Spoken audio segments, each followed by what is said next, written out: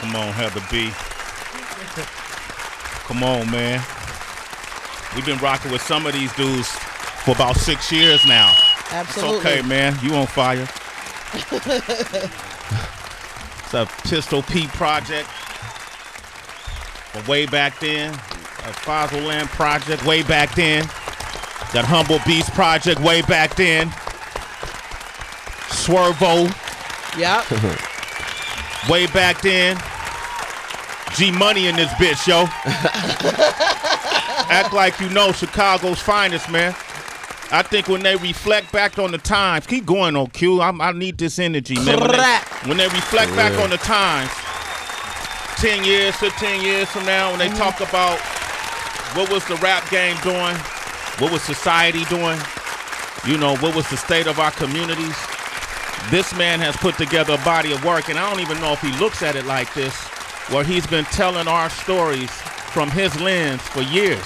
Shit we don't understand. We've had him on the show and asked him about his upbringing in Chicago and how did all of that inform his music and who he's become today. He's been transparent about it for years, Heather. That's a fact. And now we're here to celebrate probably one of the most prolific projects he put together today, PTSD. Yeah. We all know what that clinically stands for. Post-traumatic stress disorder. Yes, and it's my family right here, y'all, man. They ain't doing no line. They ain't doing no bapping right now, man. They feel how they feel, for real. This is coming from the heart. I want to welcome him back to the show, the one and only, man, the magnificent one. G Herbo is back. Yes, family. Oh, man, family's back. Yeah, man. I feel fucking good, too, man. I've just been watching you on. It's been a while since we really sat down and talked, but I watch you guys, you know, especially folks from Chicago, because when you, Bibby, and Dirk, and Dreezy, and everybody start really making impact, I don't know, man. We had an affinity towards y'all. Like it was like we always wanted to see y'all win and see you grow. And I watch you win and watch you grow. But this project right here, now I'm learning from you. I'm learning from you, man. Appreciate it, big bro. Yeah, PTSD, man. You know, you when I know your story, you know, I know you've been talking about PTSD as a project, but also PTSD as a condition that you lived under, and probably didn't even recognize it, right? No, not at all, man. Yeah. Because, you know, coming from where I come from, I'm from literally one of the roughest neighborhoods in Chicago, hands down. And we so desensitized by a lot of the shit that go on a day-to-day basis, all the stuff we have to endure, where it's like you don't really get to deal with the problem, actually. You know what I'm saying? You just really adapting to the reality of it because you know, like, this shit is inevitable. Somebody gonna die, somebody gonna go to jail, all this shit, somebody gonna be addicted close to you to something. You know what I'm saying? Whether it's drugs, whether it's the streets, whether it's violence, you know what I'm saying? Like, I think coming from that, we got to normalize it in a sense because you know this what you up against instead of, you know what I'm saying, trying to heal. Yeah, instead of trying to heal. You don't even know you need healing. No. When did you know that you needed healing? What was that definitive moment? Man, probably about maybe like over a year ago. You know, I started going to see a therapist because I got arrested for guns back in Chicago in February. We reported on it. Yeah, we reported on it. Yeah, of course. I mean, y'all know, but I'm just for the people who don't know. Yeah. I got arrested for guns charging, and you know, I live in my truth, the reality of the situation. It wasn't a matter of if I had a gun on me or not, but why? Why do I have to have these guns on me? I seen my first murder when I was a kid. I was shot before. You know what I'm saying? I seen my friends, my best of friends, bleed out right before my eyes and die. You know what I'm saying? Wow. And I've been going. At what age was 16, 17, 18, 19. I kept, you know what I'm saying? It's not a one-time thing. This has happened repeatedly. And I never really thought it wasn't normal. I just thought this was my reality and what I got to be up against. And I just got to, you know what I'm saying, be prepared. Like I done said so many times, so many interviews, and I mean it from the bottom of my heart. I left out the house every day knowing that I could die. Every day I left out the house, like knowing I probably would or could die. And that's what made me, you know what I'm saying, stay sharp and make decisions to ensure my safety and ensure I got back home. But it was a mental illness. It was a sickness in a way where I feel like I gotta have a gun on me every day. I can't go here without my gun. I can't go there without my gun. I'm not going anywhere. I've really been in churches with my gun before. You've been in church with your... churches. I had to go to my grandmother's funeral with a gun on me to make sure I got home. Shit. What? I've never... Wow. While this is happening, what is your entire family living under that condition, or was that just nah? You know, I come from a big family of women. You know what I'm saying? And like my uncles, my grandfather. You know what I'm saying? Like they was in the streets, and I think that heartbreak my family had to endure. Like we're losing my uncles, the real only strong men in our family. They kind of tried to like protect a lot of us from that. You know what I'm saying? But how I grew up, man, like I come from a 2-parent household. I couldn't, like, my mom and dad couldn't make these decisions for me. Like the reality of it, you really got to turn into an animal, a werewolf, just to go to the corner store. So I had to become a product of my environment. Have you seen? You know, I don't like to talk in a way that it seemed like I'm being derogatory, but I look at Chicago, and you know, we see these stories all the time. We go to Chicago a lot.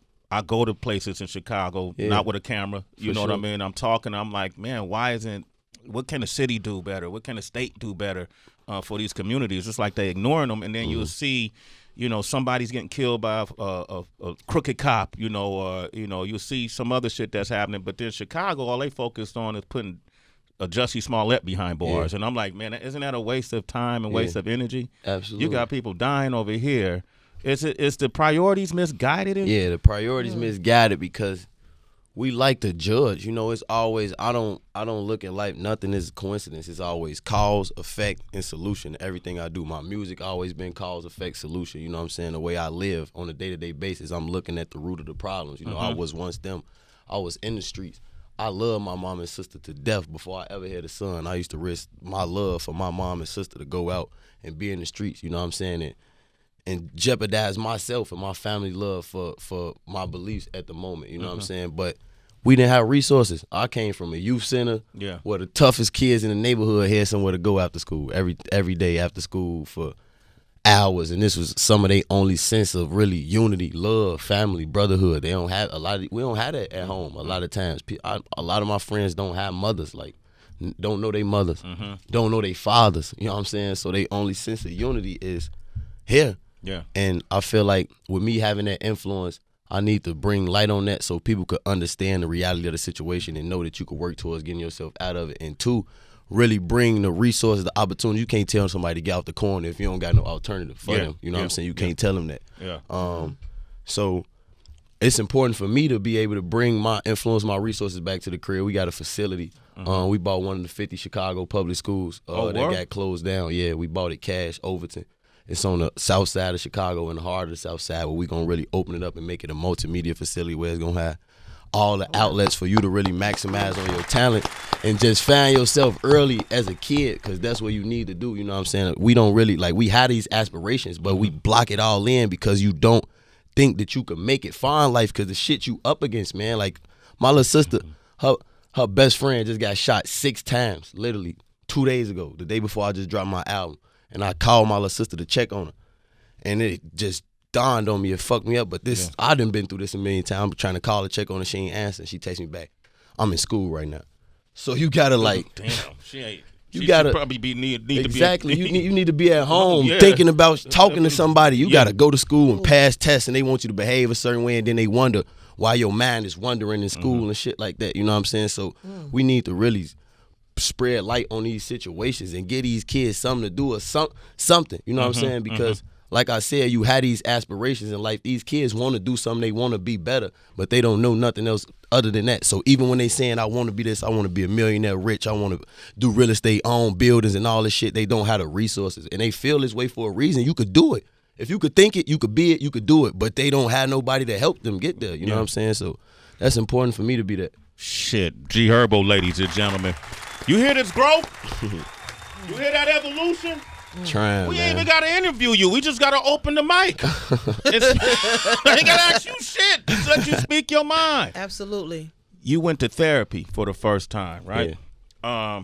I went to therapy for the first time 2 years ago. You know, I thought I was smart enough to figure shit out. No, for sure. Don't you feel like that? We all do. Don't you think that? We all do. Yo, what the fuck what you gonna tell me? That's exactly how I thought. Man, one of the best things I ever done. No, for sure. Like I swear to God, my therapist, like, it went from my first. I be steady saying this story because it's funny as hell to me. I was talking to her and like just trying to bring her in on the shit I grew up going through. And I'm so nervous, anxious talking to her. I split my ID in half. Like my state ID, split that bitch in half. Correct. But I didn't think that you could really go talk to somebody, especially somebody from a whole different background. You know what I'm saying? Another ethnicity, and they help you with your problem. Yeah, she a white lady in her 30s, late mid 30s or something like that.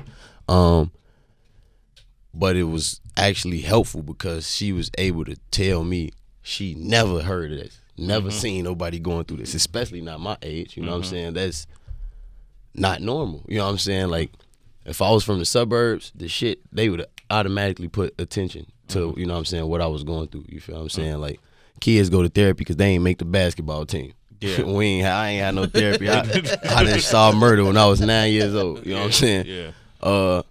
So one session turned into 3, and 3 turned into 10, and so on and so forth. And it just went from really like talking about how, me trying to be a father may affect my day-to-day, you know what I'm saying, living. And like, I don't want to have to like think the way I think. You know what I'm saying? I really got post-traumatic stress disorder when I got my son. I don't want to have to carry a gun on me all the time and riding in bulletproof trucks and shit because I got my son with me, you know what I'm saying? Yeah. But that's my reality. I got to do that. 100%.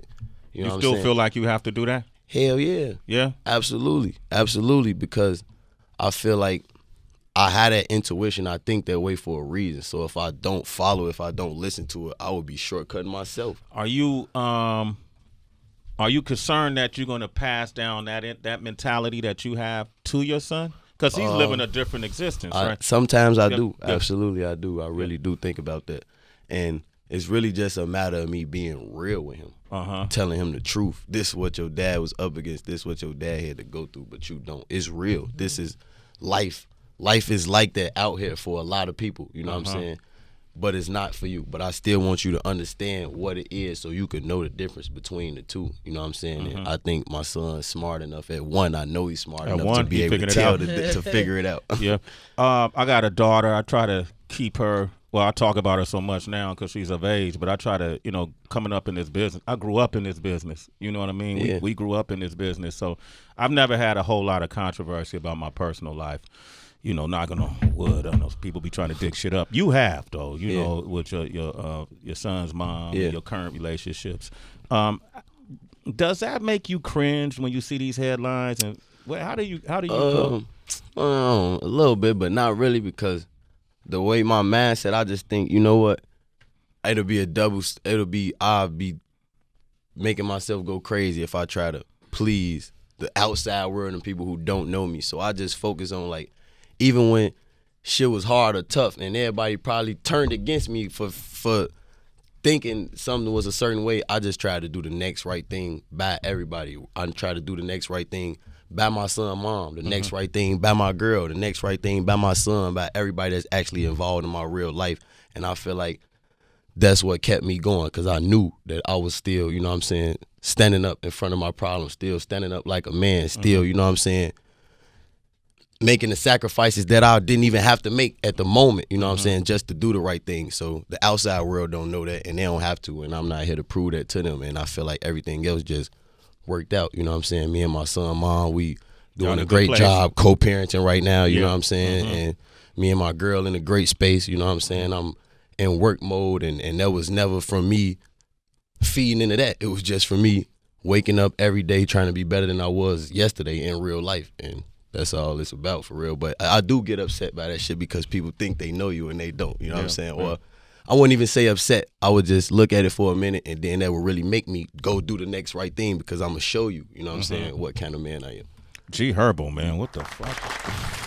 Shit, man, I'm coming to your class. How can I sign up to your lecture hall? DB, go ahead, man. Yeah, I cringe when I look on social media and I see people who try to emulate others who are like, if they're showing guns, bags of weed, doing all this gangster shit, and then you got people who aren't even in that life whatsoever, but they want to try to do the same things.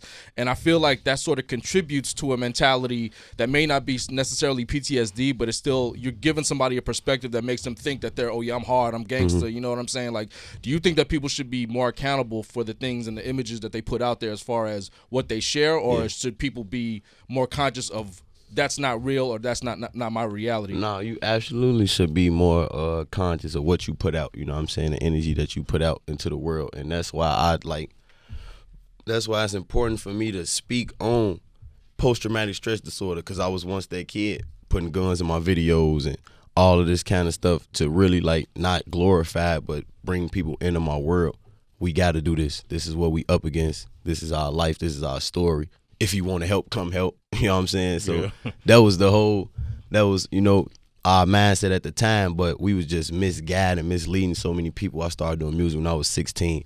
I was a dope at 16. The people who, like, they'd tell you, my partners, I was a real grown man. You know what I'm saying? Like, I was making decisions in my household at 16 years old, but I was a kid. I still needed to have room to make mistakes for error. But in my life, the life I was living, they didn't give us that. They didn't give us room to make mistakes. You know what I'm saying? So it's important for me to say, I was once that, but now I'm this. You know what I'm saying? And you could be too. You know what I'm saying? And really, it's not about, like, when you got to think, everybody really don't have the mindset to express their feelings in a way. When they talk about drugs and popping perks and all that, they doing it for a reason a lot of times. You know what I'm saying? It's not really just to glorify. A lot of these times, I was addicted to drugs since I was 15, 16 years old, and I knew lean could kill me. I knew pills could kill me, but I still woke up and did it every day because it was my escape from reality. You know what I'm saying? From what I was going through, from not being able to grieve, from having to go outside the next day after my friends get murdered and killed, and not letting that, you know what I'm saying, get the best of me, because I knew, and what I was going through, it was going to happen again. And if I don't move calculated, it could happen to me. You know what I'm saying? So that's all it was. And I feel like a lot of people were trying to do that. They just wasn't able to, get it out in the way they wanted to. And a lot of folks they don't have you can't express it to words what you feel a lot of times, but you got to do the work. You know, like, you sound like a man who has done the work. The work, right?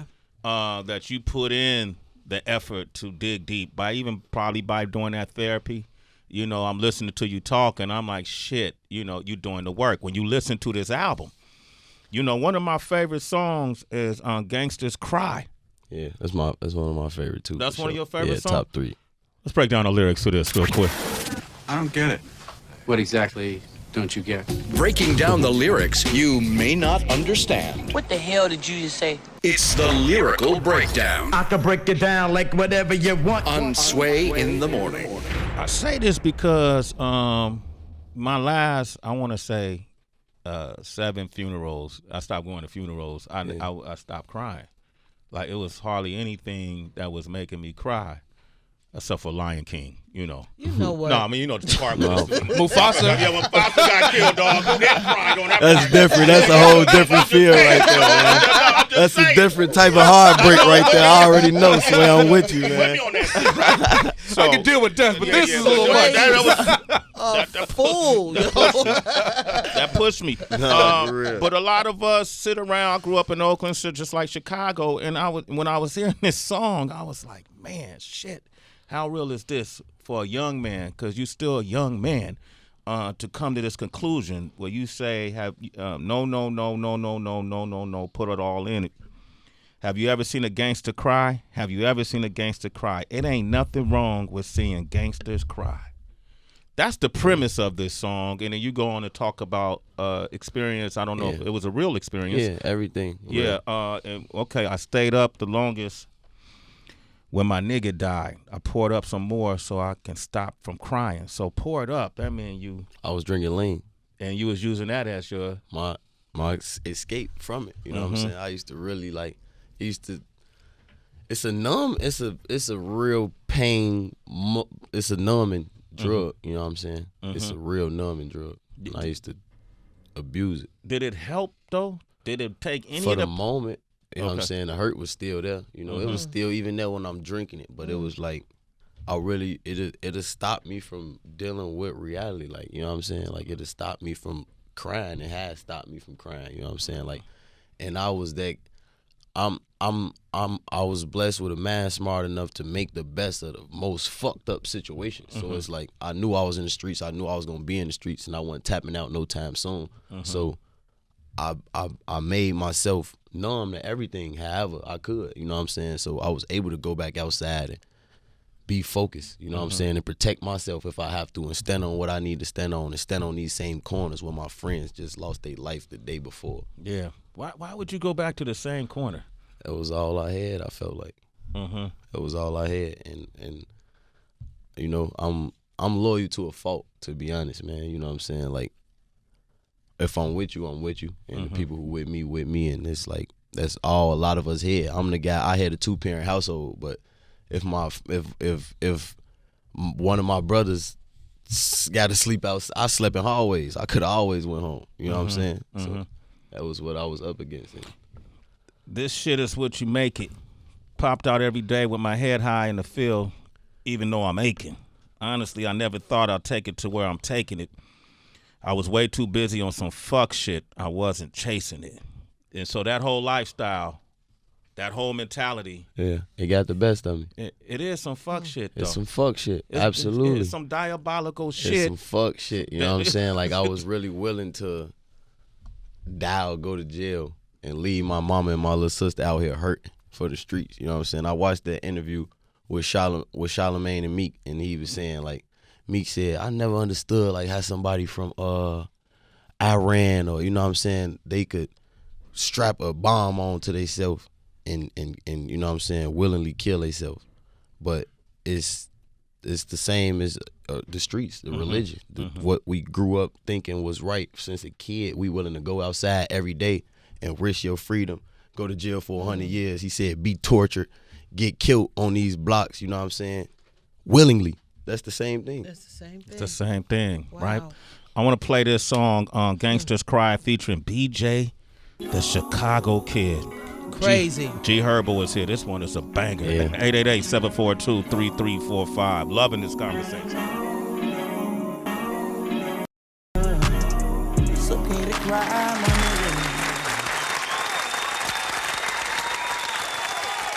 Yo, come on, man. G Herbo, say his name 3 times. They doing a remake of Candyman. Maybe G Herbo could come up in here. He got the new album, PTSD. We're having a great conversation, but man, honestly, Yes. I want to see for this next break, if you don't mind, Norman Reedus is here. He plays Daryl Dixon in Walking Dead. Oh, yeah. Which is like easily, this is like one of the biggest series Absolutely. in the past however many years, right? Yeah. And he's on the other side of the door, man. You mind if I bring him in just to Yeah, join the man. conversation? Let me Maybe meet he him, could, man. you know, it's like one of the biggest faces I in love the game. meeting legends Come on, anyway. man. You know we what I'm saying? make moments happen, man. Give it up for the one and only Norman Reedus, man. Yo, man. Yo. Norman, first of all, welcome to the show. You can put him on if you like. You know, welcome to the show. I just want you to bring. This is G Herbo from Chicago, right? Nice. And he's an artist that we've known since back in 2014, maybe. Yeah. And he was at that time. How old were you then? 2014, I was 17, I believe. Yeah, 16, 17 years old, and he comes from Chicago. Lived a really challenging life in those streets, and saw a lot of horrible things growing up as a kid, but has evolved as a man. As well as an artist. So he has a new album called PTSD, and is so in depth. Yeah, and so I know I didn't want you to wait outside, but I thought it might be cool to bring you in to join this conversation. Yeah, All right. man. Norman Reedus, ladies and gentlemen. What's up? What's up? What's up, Norman? And so I was talking to G Herbo. We were just talking about like recent time in his life. He said was the last 18 months has been the hardest time period in your life. Some of the hardest times in my life. Because I just said 2 of the hardest things I ever did was 1, leave the streets, and 2, adjusting to becoming a man. You know what I'm saying? Early on, like I said, I thought I was a man early. You know what I'm saying? Just dealing with having a kid and me and my son, mom splitting up, stuff like that in the public eye, and people thinking, you know what I'm saying, you a certain way and really just trying to be the best me. You know what I'm saying? So when I feel like when things like that go on in my life, I take the step back to correct everything that I feel like is wrong or miscalculated or uneasy in my life. You know what I'm saying? And with doing that, a lot of people may wonder, or a lot of people may say, what may attack you for doing that, for trying to correct yourself outside of the public eye. You know what I'm saying? And that was hard to do, especially me being an artist, me being in the forefront, and with rap famous. Being a popularity contest. It's not even about hip hop or substance no more. It's about being popular now. You know what I'm saying? Yeah. It was never my goal to just be the popular guy, because I grew up popular. I always made a name for myself. I always had a name before I was ever a star. You know what I'm saying? So I was never focused on that. I was always focused on the real things in my life. You know what I'm saying? Like, even though me and my son mom split, and you know what I'm saying, we knew we were going separate ways, regardless, that's still my son mom. I still got to establish the best relationship with her for him. You know what I'm saying? And I know her being in the best mental state gonna have my son in the best mental state. You know what I'm saying? So it was important for me to really just sit back and adjust and correct myself, man. You know what I'm saying? And even when stuff going on I don't blame the person next to me, because it's my life. What can I do to correct this situation? You know what I'm saying? And I took a lot of time doing it. It wasn't easy. It was a day-by-day process. You know what I'm saying? And it shortcut my music. It shortcut my career in a sense. You know what I'm saying? And I feel like with doing that, I became the best me. So a lot of times I want to just tell people, when you feel like you don't got it all figured out, life is short, but it's long. You know what I'm saying? A day is a lot of time to make progress. A month is a lot of time to make progress. You know what I'm saying? When you trying to better yourself for 6-9 months straight, it feel like the longest struggle in your life when you trying to figure stuff out for 9 months straight. You know what I'm saying? But it was the hardest, but when I look back at it, it's gonna be a significant point in my life, because it made me it strengthened my armor plate in a way like never before. Hey, man, G Herbo, man. And I'm telling you, man, I just don't think this is fucking awesome, because all this was happening while you've been famous, and so people just see the end result. They see you on Walking Dead. You know what I mean? You know, they might see you on Ride with Norman. You know, or they might just see you on the videos or at the Grammys, but don't understand what's going on, because fame is complicated. Absolutely, you know, man. It's super. That's why I wanted to bring Norman. There's not a more famous face on TV. No, for sure. Than this guy, right? I apologize. You know, but has fame ever been an issue for you? Because you know, it's the same thing to everybody. Yeah, it's a weird thing to get through. You know, it's like he was saying, they think it's one way, and it's some days it's not. You know, I try to be grateful for everything and approach it in a mature way, but it's always different. It's always not what they say. It's different. So I really keep a close knit circle of friends around me. My family doesn't give a shit about it at all. They don't care about you. I have a new baby too, and they're like, leave her alone. She's not part of it yet. So. There's always paparazzi, and there's always people trying to get in your business, and then there's always people that you didn't talk to for 30 years. For sure. They're like, hey man, you owe me this, and and you're like, no, I don't owe you anything, and that was my idea, and I was like, I don't even know what you're talking about, so it sounds like you got a good head on your shoulders already, I definitely was a late bloomer. I didn't become famous till later in life. 'Cause if I was younger when it happened, I would have just spiraled off into the ether. I feel the exact same way. Yeah.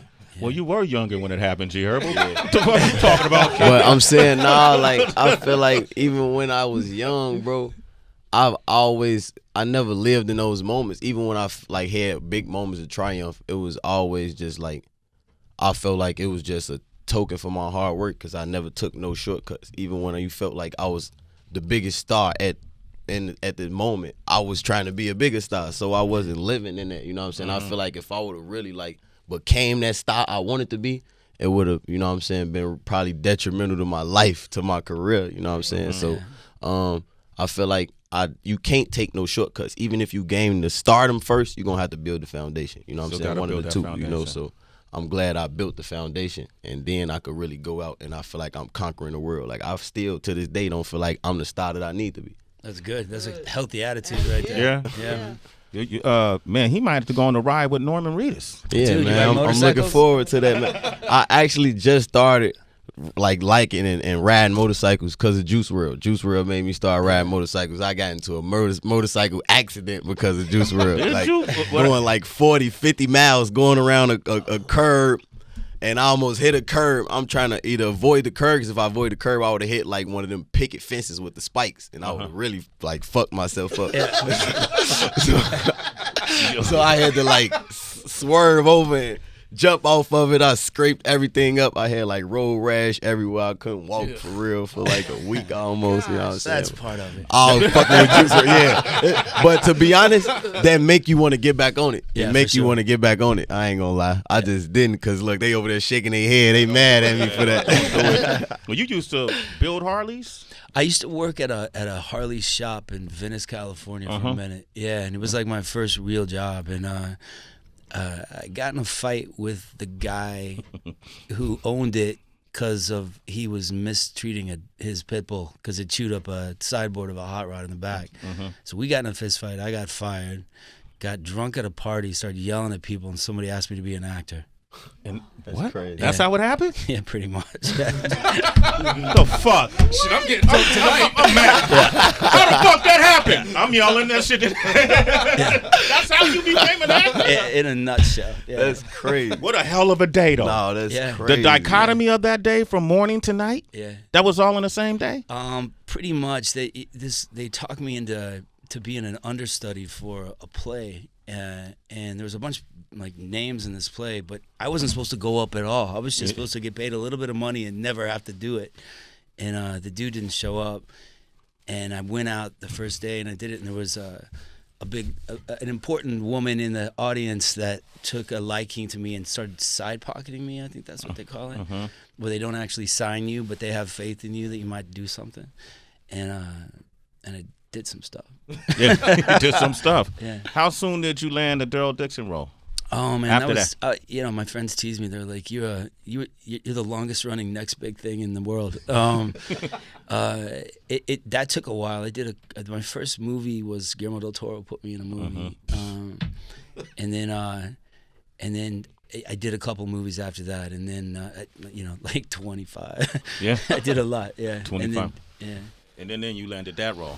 That was my first TV thing, really. Yeah, I went to LA for the pilot season where you read a bunch of scripts, and it was doctor show, lawyer show. It was like the same thing I'd seen a million times, and then there was this zombie one, and I was like, that one. And then my agents were like, not that one, And Frank Darabont ended up writing a role for me, and yeah. Shit, Norman Reedus, ladies and gentlemen. Dreams do come true. Between these two right here, man. Norman, you into hip hop?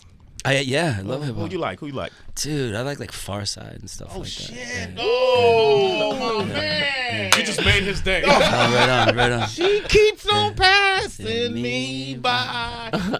Oh, you my man, dog. Yeah. I got a treat for you. I wanted to have you. I thought, because I think you're special. I know your story, I really like what you've accomplished. But I also really love the Riding with Norman Reedus series, thanks, and I love what you did with Dave Chappelle. He's great. When y'all went to the plantation and then Oysterine, and I thought you might appreciate it. This is one of the most ferocious lyricists in the game right now, and we're gonna put him to the test. We don't care how great your album is. Oh yeah, come on. Although he has an awesome album, this album is nutrition.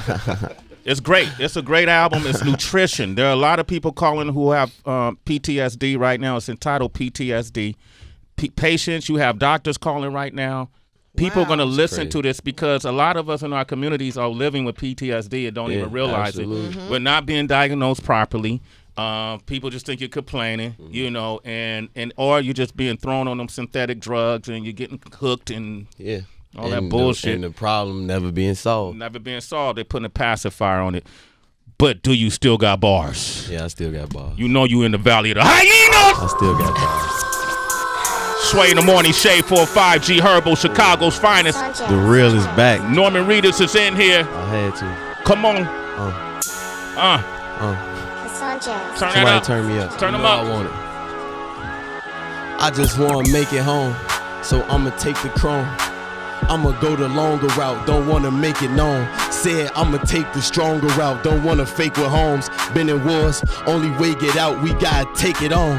All my people leaning right on me, they know my bread long. Take advantage of me, even though they know that's dead wrong. Pay my lawyer cash, cause I ain't taking bribes. Hell no, take a million pics, don't know who fed or not, my head on. Suck a million dicks, don't owe no nigga shit, my man's gone.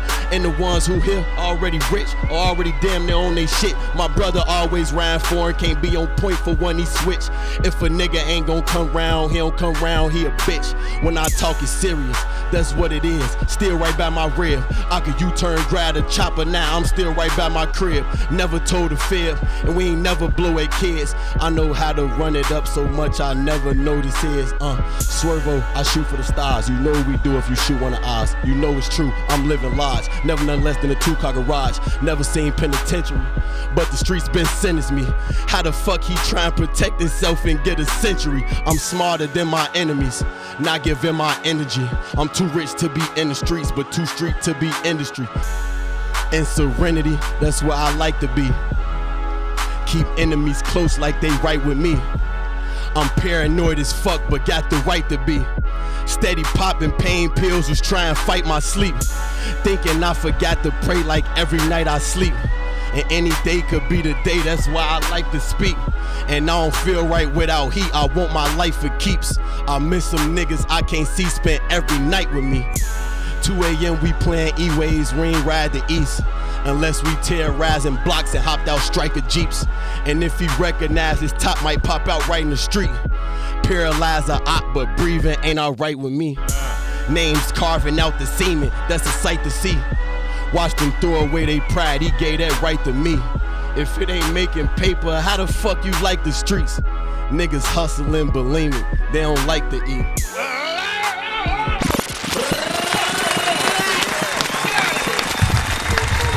I had to. You wanna put this big ass crown over my head, call me one of the best lyricists. I gotta come with it then. Fuck it, Sway. You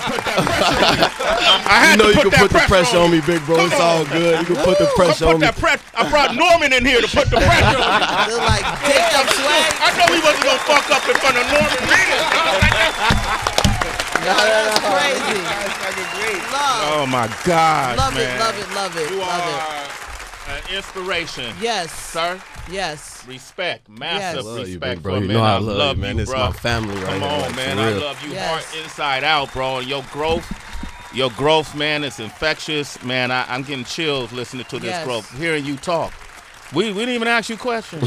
I just guide, we just guiding because everything you're saying is permeating into a whole broad audience that needs understanding. Mm-hmm. And so when you see someone like you being this transparent and this vulnerable and this relatable, this is therapeutic for some of these folks that are listening that don't understand why they're going bonkers. Nah, and for shit. sure. You know what I mean? Bro, 80-90% of these kids suffering from post-traumatic stress disorder. You know Yeah. what I'm saying? That's why it's important for me. Like, I'm trying to work with the mayor of Chicago. I'm trying to work with Lori Lightfoot and really use my influence to get the murder rate under 400 in Chicago. Like, that's a goal of mine. You know what I'm saying?